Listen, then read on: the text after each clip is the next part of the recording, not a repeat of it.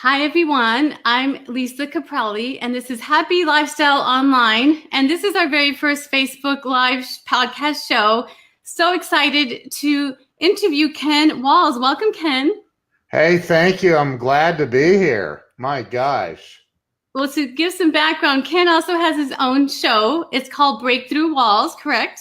Yes, it is. And talk about the premise of that. And you do it 5 days a week.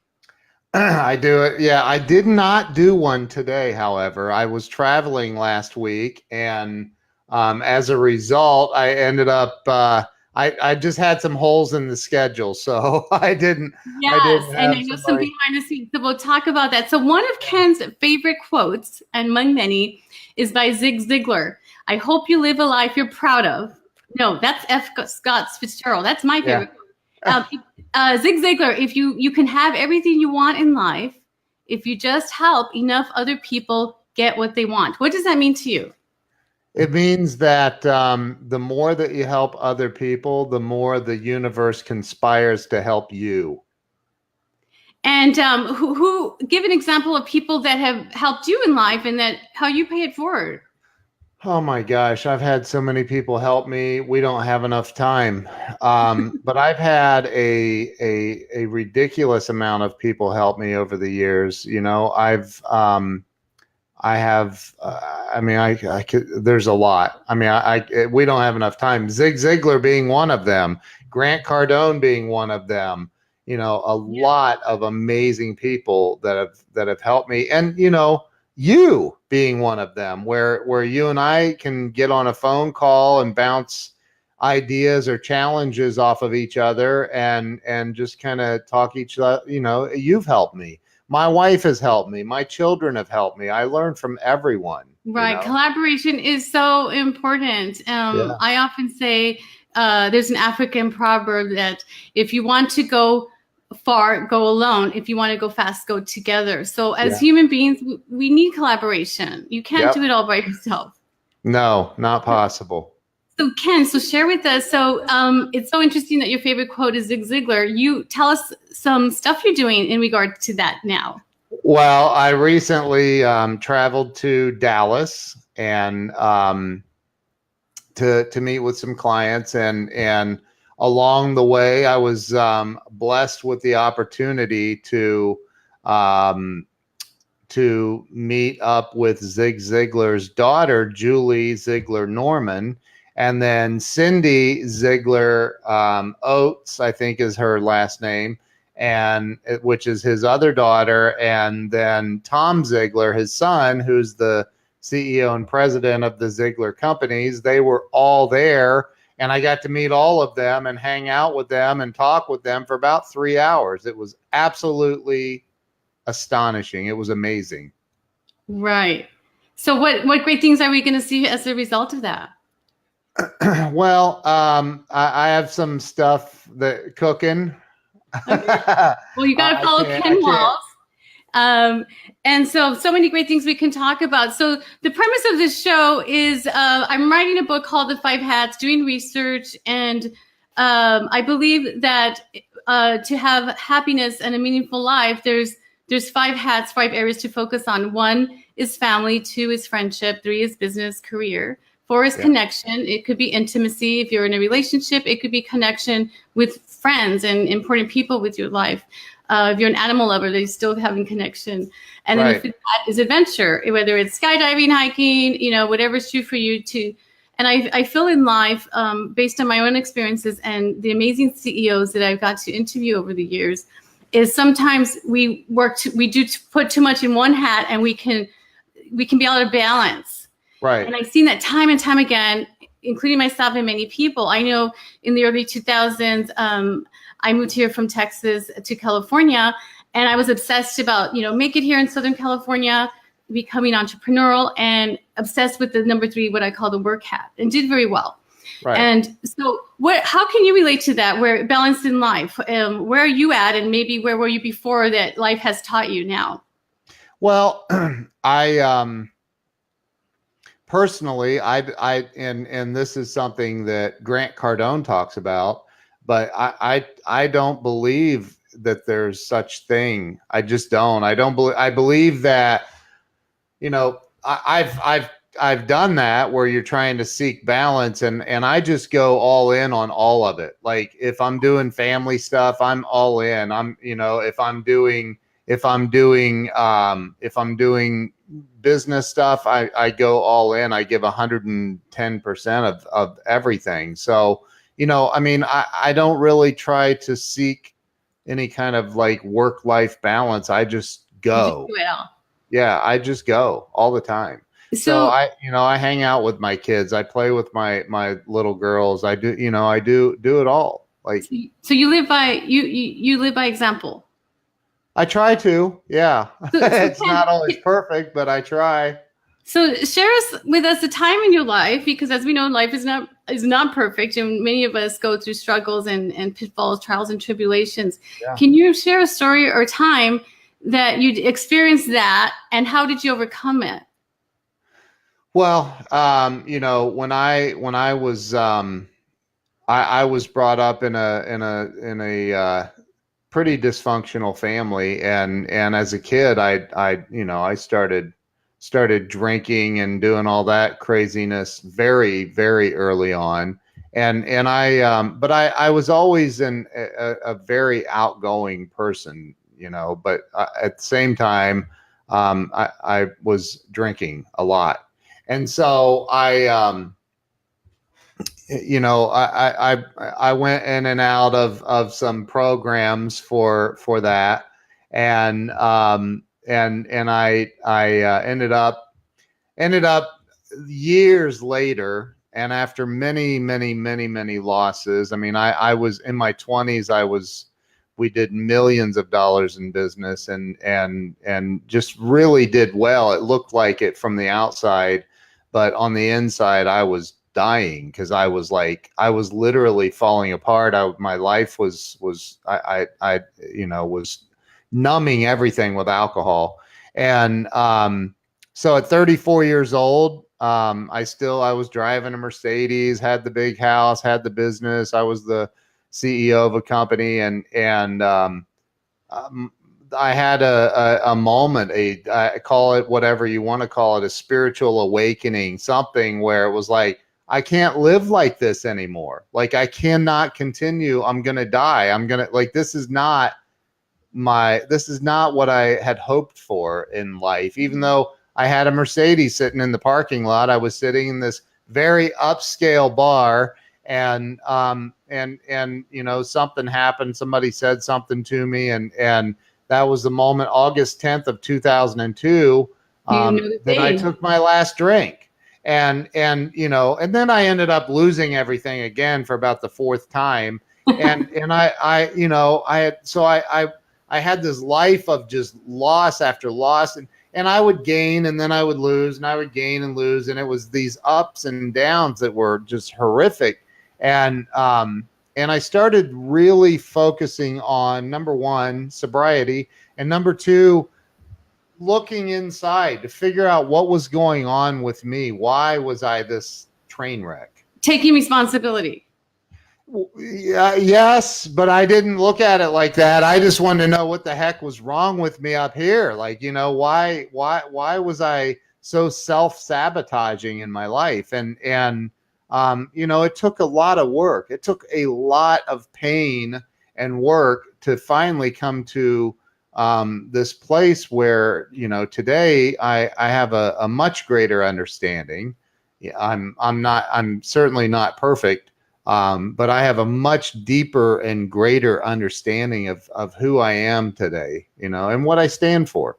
Yeah. Well, thanks for sharing. That's I know that takes a lot to share, but at the same time, that message could help so many people. I mean, there's so many people with addictions today, or I mean, I don't know that. I think the last time I read it, it's like 20 million Americans or something like that. Yeah, it's high. It's a lot.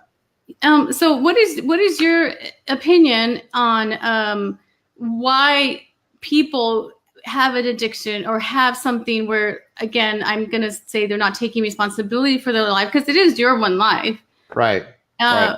Why do you think people struggle with that, Ken? It's such a, it just happens. You hear it all the time. I was in a relationship with someone before that was not, good. And I had to go through the ugly stuff myself. And I made it a mission to study and get better educated, and to know the people that you do want in your life are so important.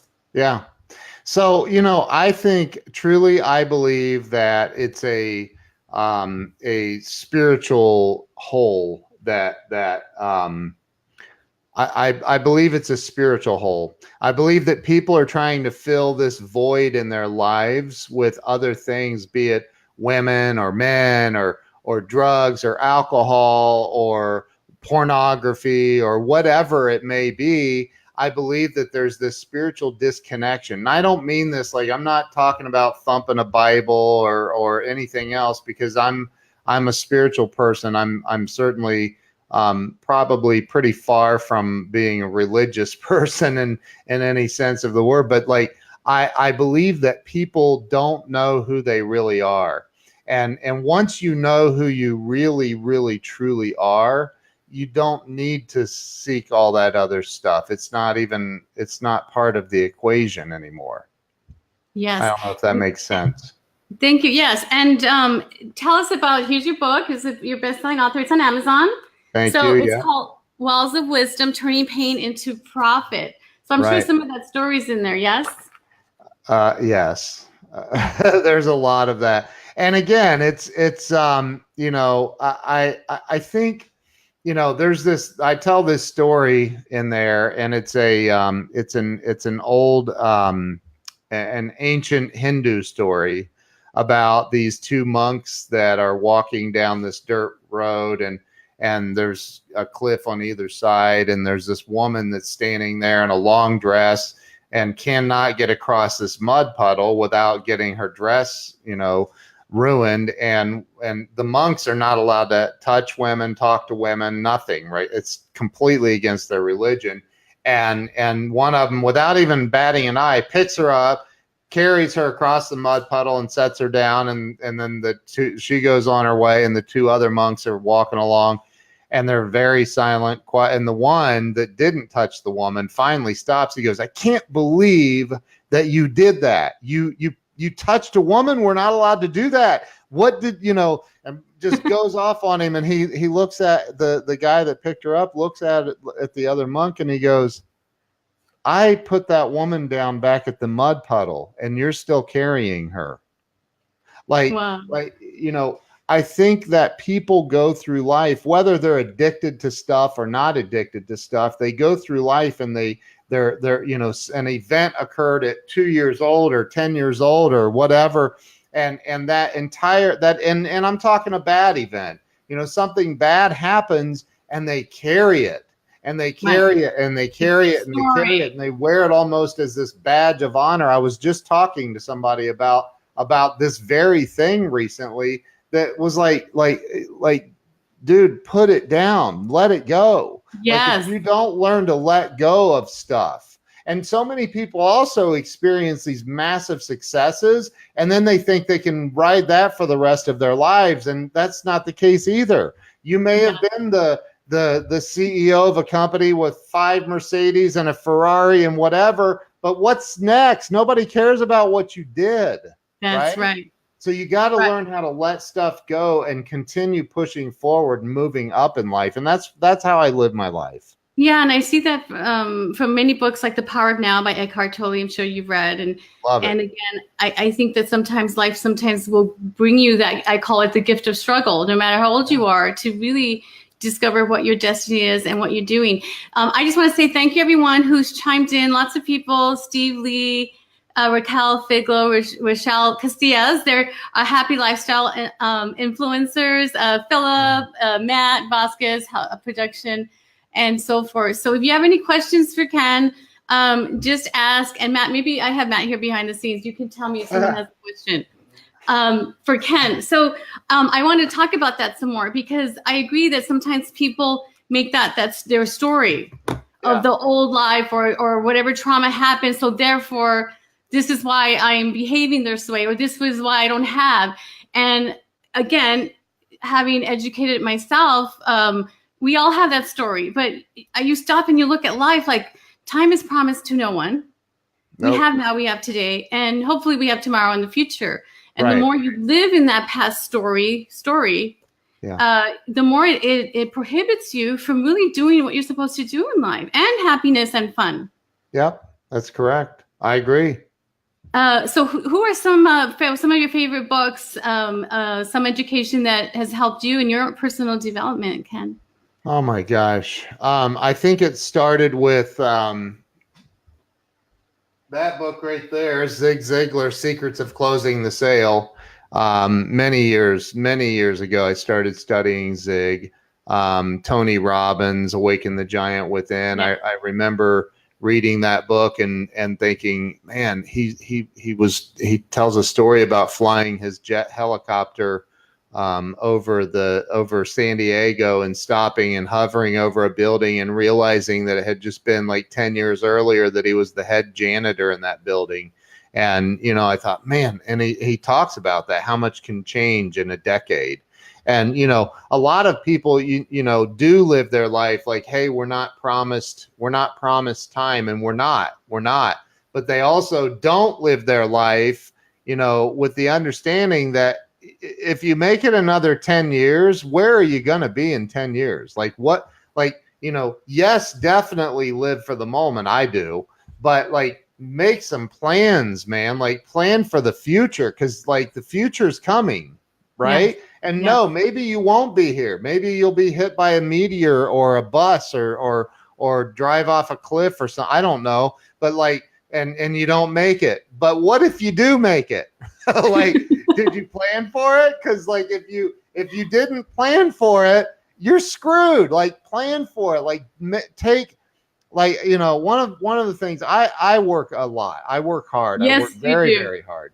Yes, and I do definitely spend a lot of time trying to help people. I do. I love to help people. I'll see a friend of mine post something on Facebook, and I can tell that there's something up, and I'll reach out to him. Hey, let's talk. And then I'll just, engage them in the conversation about how I can help them. So, I love to help people, and I work very hard, and I'm planning for the future, and I write my goals down at least once, sometimes twice a day. I write down gratitude lists because I truly believe that what you focus on expands, right? True. Yes. And here's the thing. There are people that may watch this that maybe they have an electric bill coming due that they can't pay, and they can't figure out how they're going to pay it, or their car payment or whatever. And so what happens, and I've been there, trust me, I told somebody years ago, I had a car repossessed in front of employees. This dude walks in my office that worked for me. He's like, there's a guy in a tow truck looking in the windows of your SUV. And I said, well, tell him to get the hell out of here. What? Why are you telling me? Go tell him to get lost.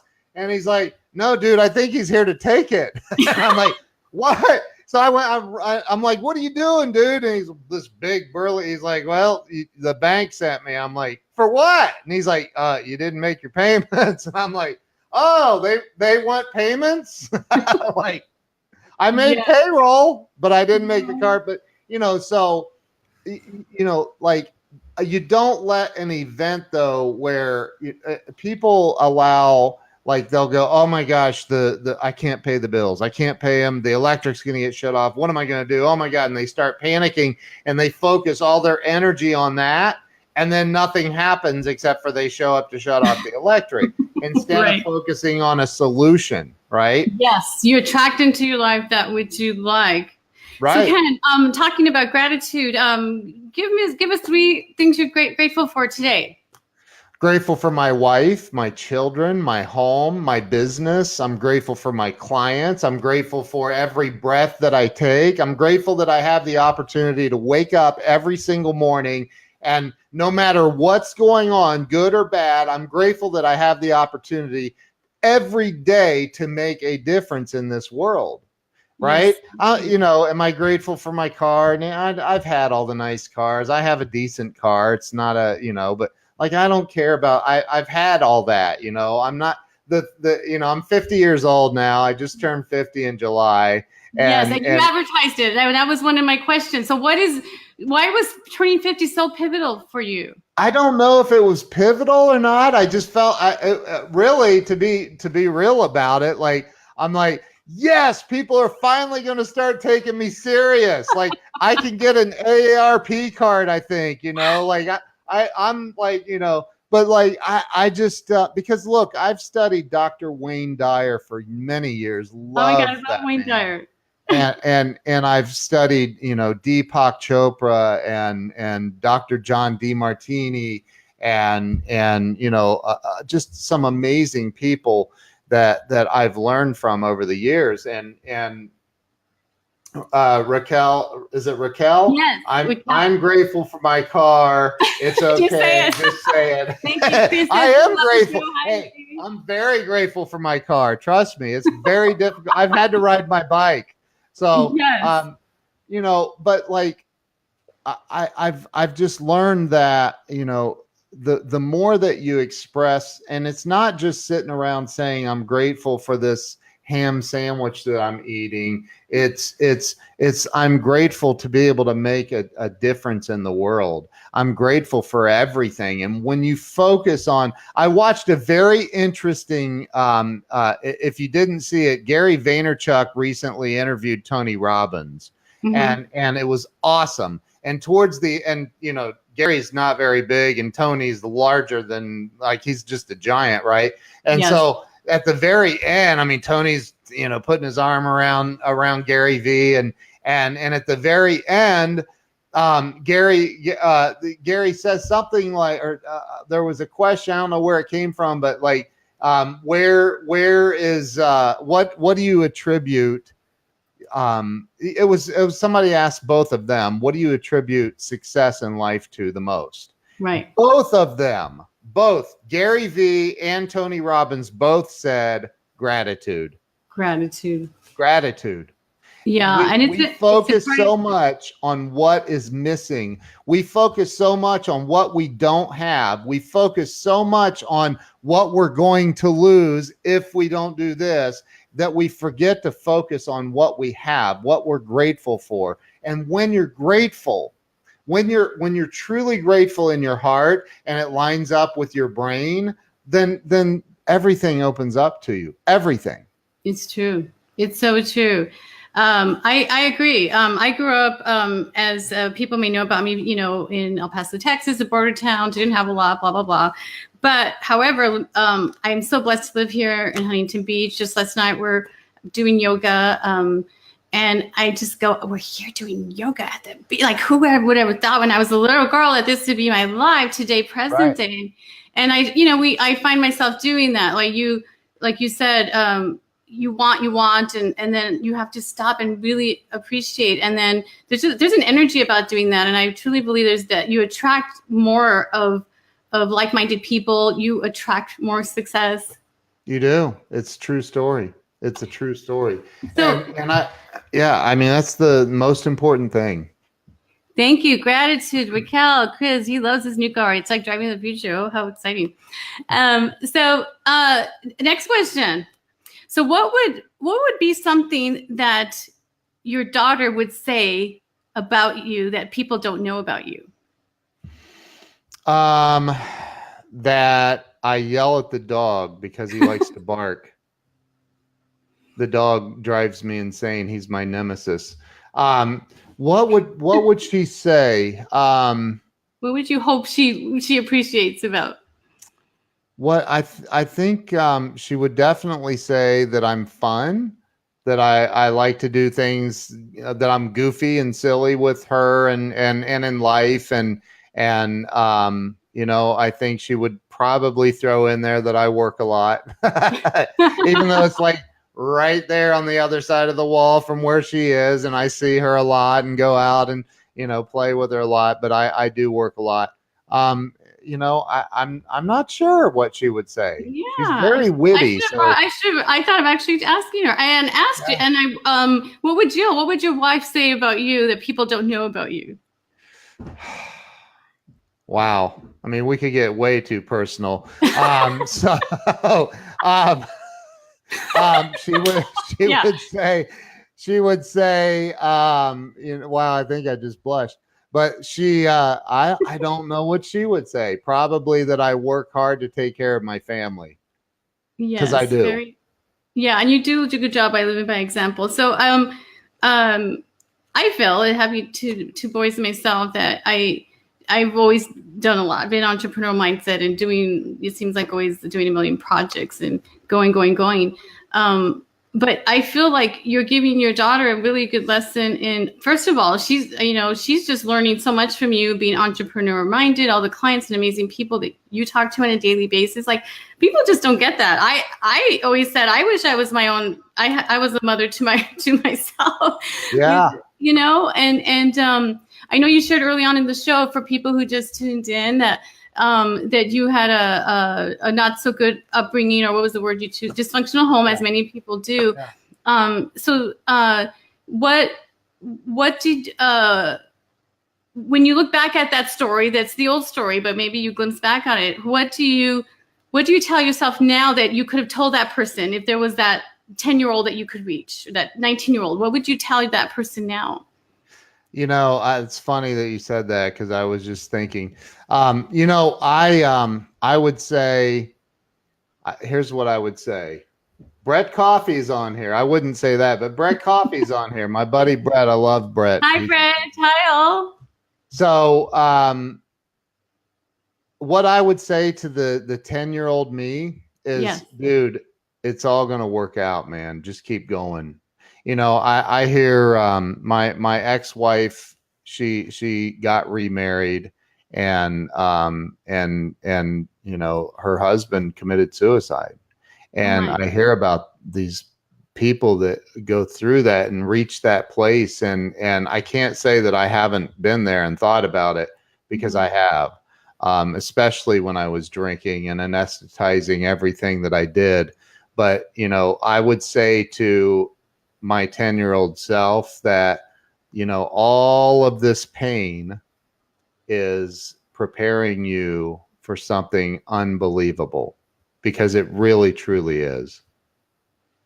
Yes. It really, truly. Hey, Richard Trevino's on here. I've just talked to him. Richard. Yeah, I follow him all the time.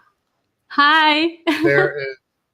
there is a, the greater the pain, typically, the greater the reward is going to be.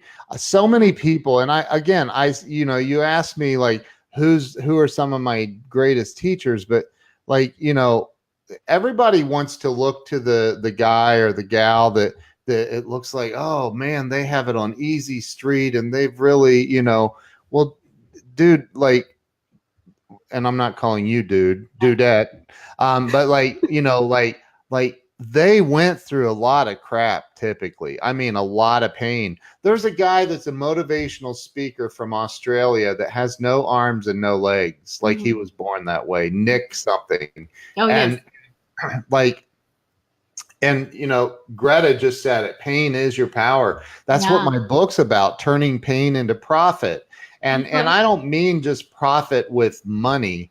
That's a byproduct of all the other parts of life and happiness. I'm talking about, like, instead of taking pain and using it as a badge of honor. So think about how many people you've met in life that you start talking to them, then immediately they bring up, oh yeah, well, I had a bad, I was in this bad relationship, or I had this bad divorce, or I had this bad childhood, or I had this, and it's like, okay, sorry about that, but like, where are you now? Like, use the pain that you go through as a launching platform for whatever you want in life.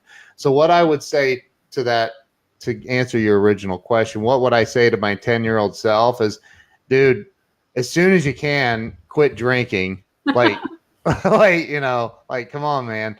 But and realize that all of the pain that you're going through is literally preparing you for something amazing. Amazing. It's so true. And someone once said to me, suffering is a choice. Yes. Who said that?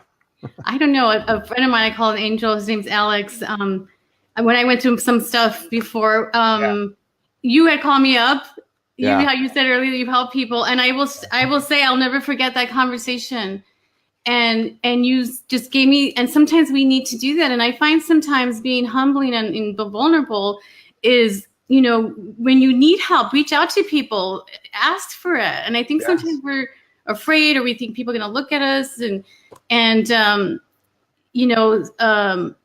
I made it a vow and commitment to help many people. This is why, this is one of the reasons why I'm doing the show. Hold on, I'm getting a pop-up to upgrade something, which I'm not upgrading.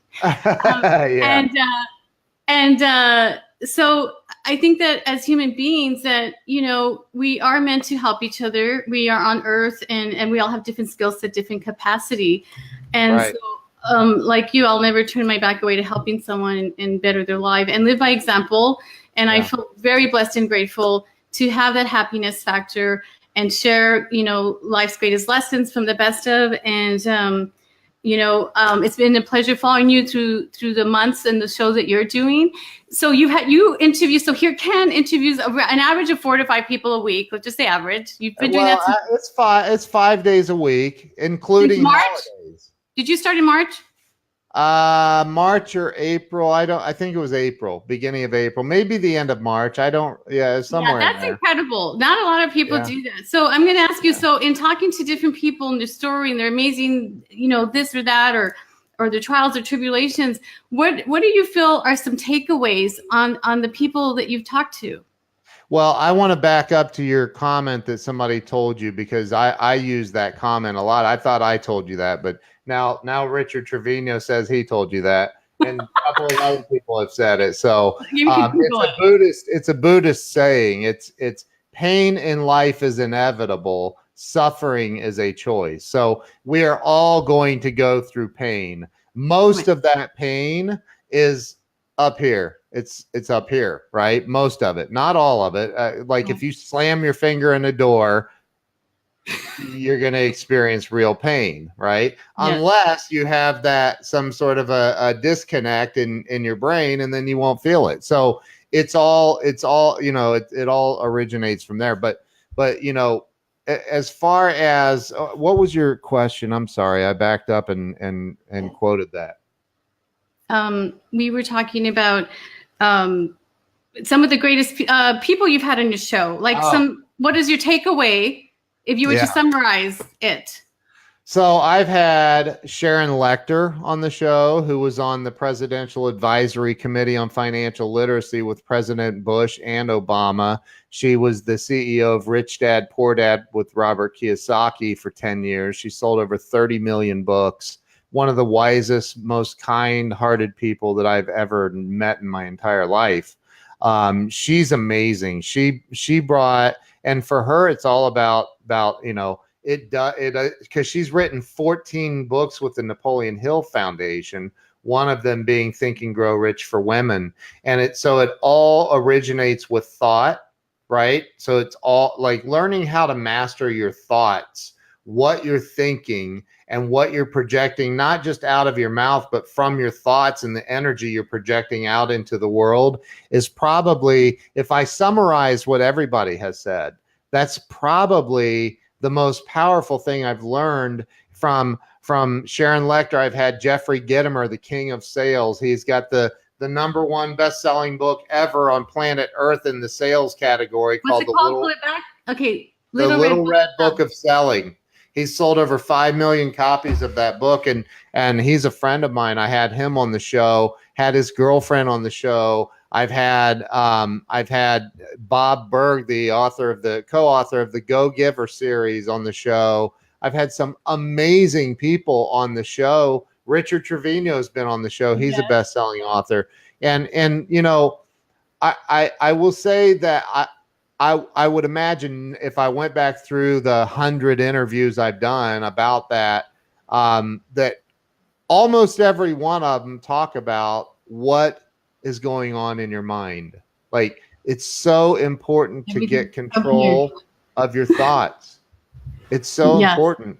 and the ways that people recommend you do that, there's a whole gaggle of ways that people talk about getting control of your mind, which is what, it's where your emotions start, and emotions typically are what come before your actions. Your emotions typically are pushing some sort of an action. And so, learning how to control your thinking and what you're putting out is so important. It's so important. It's the number one most important thing, I believe.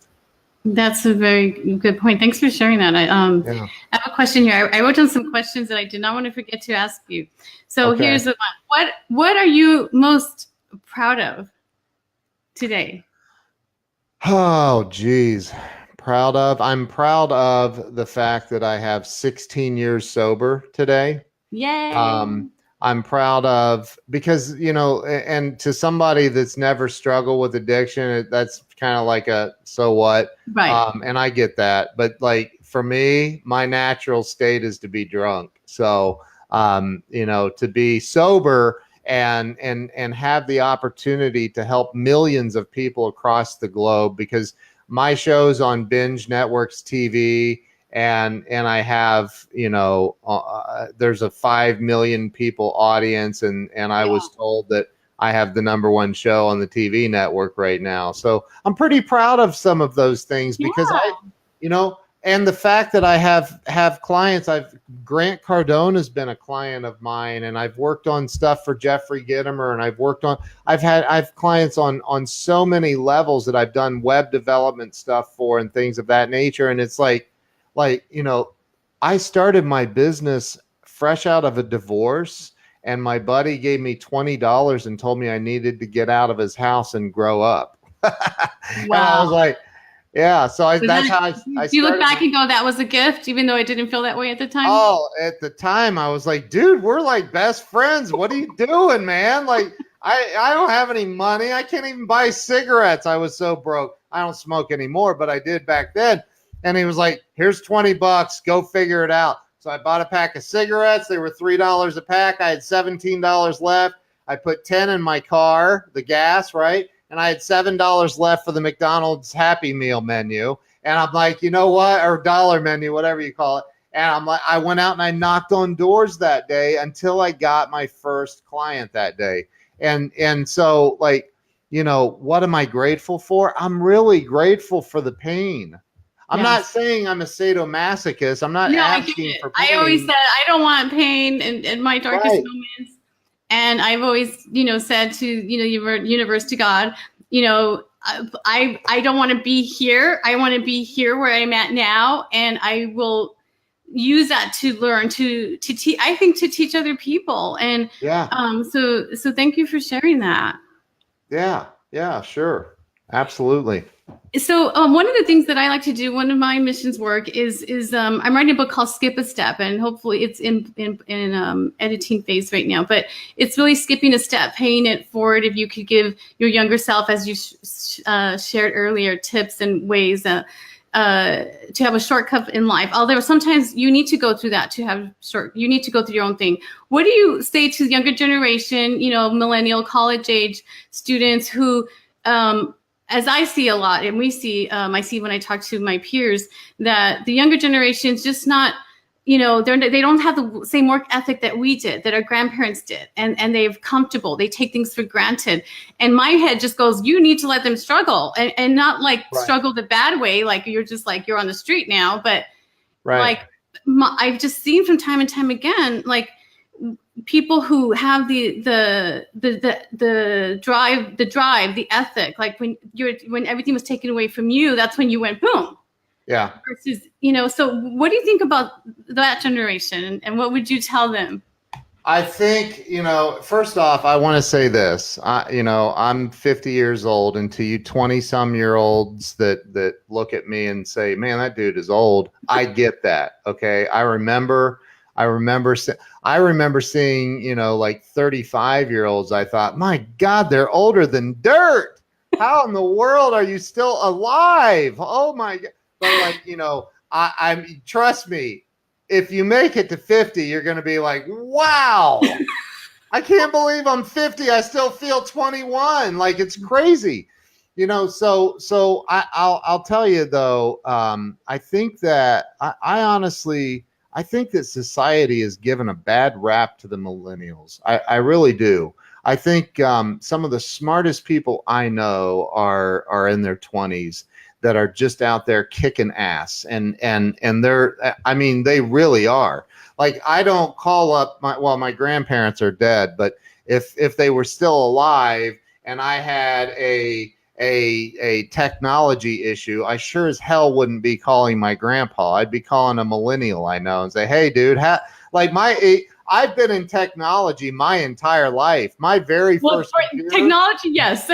My first computer was a Commodore 64C where you recorded your data to a cassette tape recorder. Like, you know, and I've done that since I was 11 years old. I've been in technology my whole life, but I'm seeing these younger kids that are coming up. My 8-year-old daughter does things, and I'm like, how do you know how to do that? Like, what?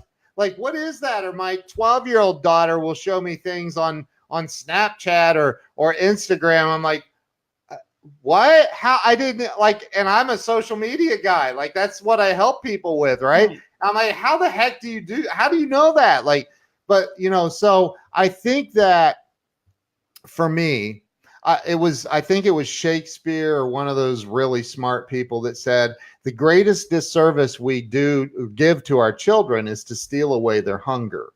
And when I was 17 years old, I moved out of my mom's house, and I was, you know, I was done. I was, you know, all that. And I was a raging alcoholic. I didn't know it at the time, but, you know, I had gone like 2 or 3 days without eating. I was starving, and I was drinking. I was spending all my money on booze, but like I hadn't eaten any food. And so I went to my mom's house and I said, Mom, I need some money for food. And she's like, or just give me some food that I can take with me. And she's like, nope, you decided to move out. You need to go be a man now. Figure it out. And she wouldn't give me any money or food. And I was so angry. Like, I was pissed off. Like, how can your own mother not give you money or food when she clearly knows that you're starving to death. But right. You know, although I was getting by on barley and oats, but you know, like I figured it out, and you know, I was forced to. And any human being walking this planet, if they're given the opportunity to be forced into figuring out how to survive, they're going to grow from being forced. Yeah, I love that message. So true. So, so Ken, one day you're going to live another 40, 50 years, or, you know, happy, healthy. Yeah. One day when you do pass on this earth, because time is promised to no one, as I often say. Yeah. What do you want to be remembered for? Helping other people. Helping other people grow in life. That's what I do. And that's what I love to do. And you know, I saw a post that somebody who's younger, way younger, is trying to sell, because I do some coaching. I coach some clients, and I saw some young guy that is not on. He just doesn't. Anyway, he posted something saying he's selling 30-minute coaching packages for $97, and or something where. And he says, I see things you don't. And I'm like, dude, what? Like that, like, I won't, like, I try to help people see things that they already know are there. They just aren't seeing them. They already know they're there. You know, everybody, you know, again, I don't know if it was Freud or who it was, said, you know, the greatest psychologist that we all could go see is the one that we all have within. Like, we all have that. You know, the answers are already there. Dr. Wayne Dyer wrote a book called There's a Spiritual Solution to Every Problem. And that spiritual solution is typically already here. You just got to look for it. It's there. So I appreciate you sharing all the great people you follow in your personal development. I've done the same. I love I think I love reading more now that I've gotten older than I was younger, because there's just so much information from incredible minds. There's all kinds of personalities I've learned, and the way that people look at things. You have a different perception than I do certain times, and it doesn't mean yours is right and wrong when you actually look at that. Right. So where does your hunger for continuing to learn and follow great works like that come from? I don't know. I actually have often come across people that just have no desire to learn any of that. Yeah. I'm reading I'm reading a book right now that I got 2 days ago, that like is powerful, and it's Napoleon Hill stuff, and it's so powerful. Think and Grow Rich, or another one? Pardon me? Is it Think and Grow Rich? No, it's a book that's going to be released in October. I got a pre-read version of it from the author. So and I'm blessed. I mean, I'm very, very blessed. This is a very famous person, and this book will sell millions. Wow. And let's get some people following it, and the show will go afterwards onwards, or people can people who are following us and those afterwards, please share with us some of your great book and personal development that you've come across. Again, this is Happy Lifestyles online show. We are going to be live every week, and there's so many people we have lined up for future shows that I just I don't know I'm supposed to interview all these people, but okay, we'll figure it out. You're doing awesome. You're doing awesome. Well, thank you. I'm so glad you're my first guest.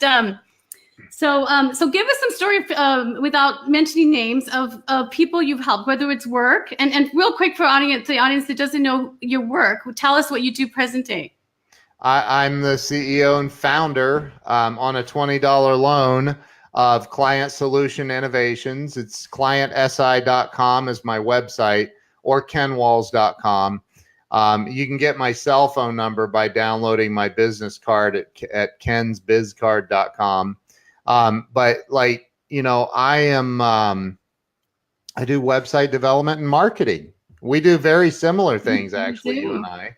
And we do branding and all of that. So, and I've done, I built my first website in 1994. So I've done it for a while, and I've seen so many changes, and it's crazy. I'm trying to think 94. When was AOL out? What year was AOL out? You've Got Mail. It came out in, I think AOL was, I don't know, 90, 91, maybe somewhere in there, 92. I don't remember. Where they were mailing the CDs out. Yeah, I know. I stopped to think about that and how far we've gone with technology. And I love technology too, like you.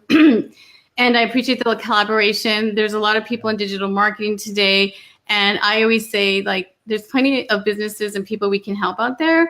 Yeah. And it's sometimes nice to collaborate. You do many things I don't do, and vice versa. I have a team of people that continue to work with Rochelle Casillas, who's been on this thread, and Raquel Figlo, Chris Herzik, our producer, my guy, and we just thank everybody for letting us share the work we're doing, and the goal to just really help so many other people. So.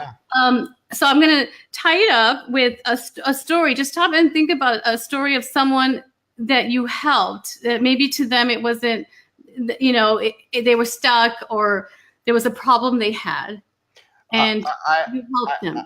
I have the perfect story for that. I have a friend that, when I first got sober, it was very, very difficult for me. I didn't want to be. So I just wanted to learn how to drink like a normal person so I could get back to drinking.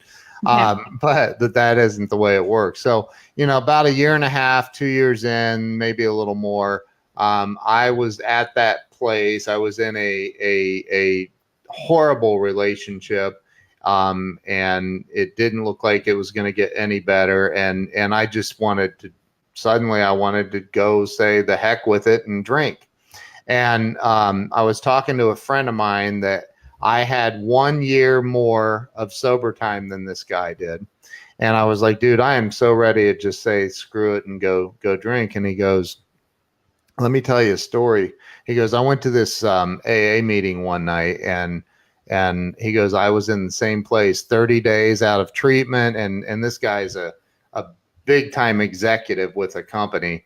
And he said, I was ready. I was in the same place like this. I got 30 days sober. I don't want to do this anymore. I'm going to drink.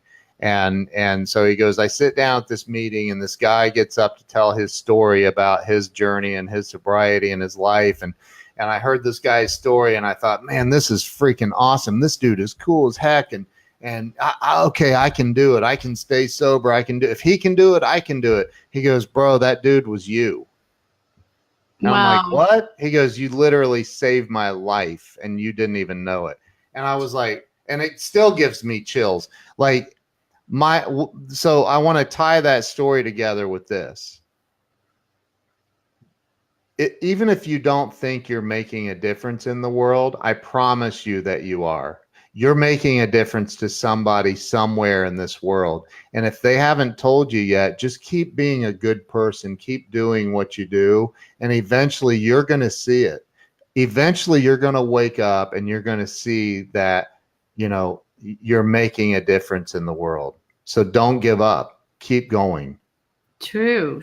And surround yourself with great people. Yes. Okay, so my last question is, what does to create mean to you? What does what? To create, the importance of creating. The point of creating. Well, I meditate every day of my life for at least 10 minutes, sometimes more. You know, it just depends. But I spend time in quiet and just contemplation, if you would. So creating to me is the center of the universe, right? And in just about every religion in the world, you know, God is referred to as the creator. And I talk about this actually in my book, that, you know, if God if we're all part of this creator, that means that we are all creators. So it's like all those beautiful paintings, especially the ocean one with the sailboats that you're going to send me. Yeah. But like, you know, when you're creating, you're in that spiritual place. You're in it's a different place for me. And instead of, you know, people say right brain, left brain, I don't know which side of the brain. I don't really care. I know that when I'm creating something new, especially if it's something that the world can benefit from, then I'm in a way better place. And so creating to me is the starting point of life. Well, I mean, it is. Yeah. No, I agree.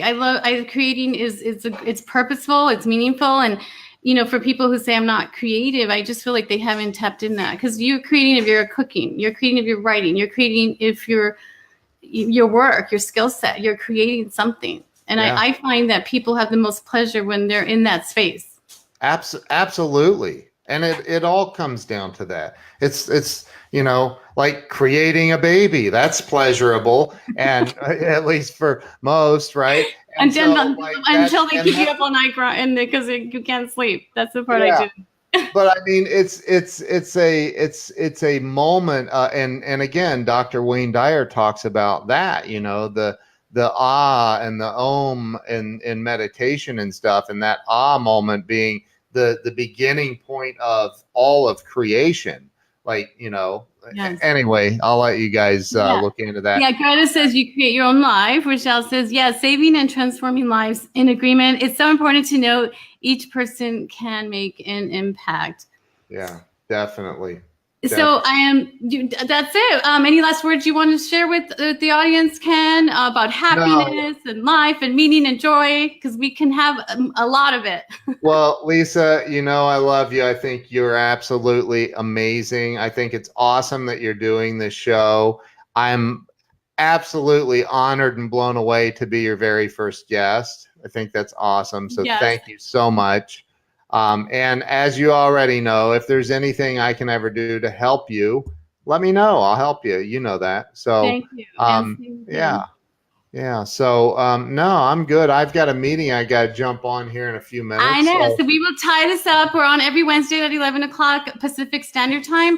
If you would like to refer or nominate someone to the show, go to Happy Lifestyle Online.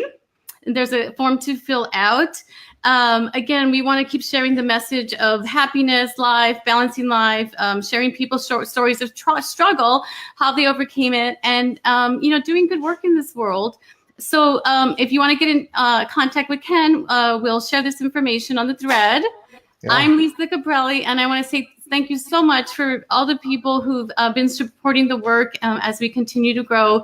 My son, IT and right-hand guy, Matthew Vasquez, Chris Herzig, producer of the show, and my amazing man, that we get to collaborate and do so much of and bringing ideas and making this a fun, worthwhile show. My happy lifestyle influencers, Rochelle Casillas, Raquel Figlo. You're going to keep seeing us going and collaborating. And Ken, I know we're going to be using you because we're going to grow. And Awesome. There's only much time, and I want to have that balance with my family life and adventure as well. Awesome. Okay, well, thank you. Peace out. Thank you so much. Thank you, everybody that's been on here too. Okay, bye. Bye-bye. So I end it, and then does it go?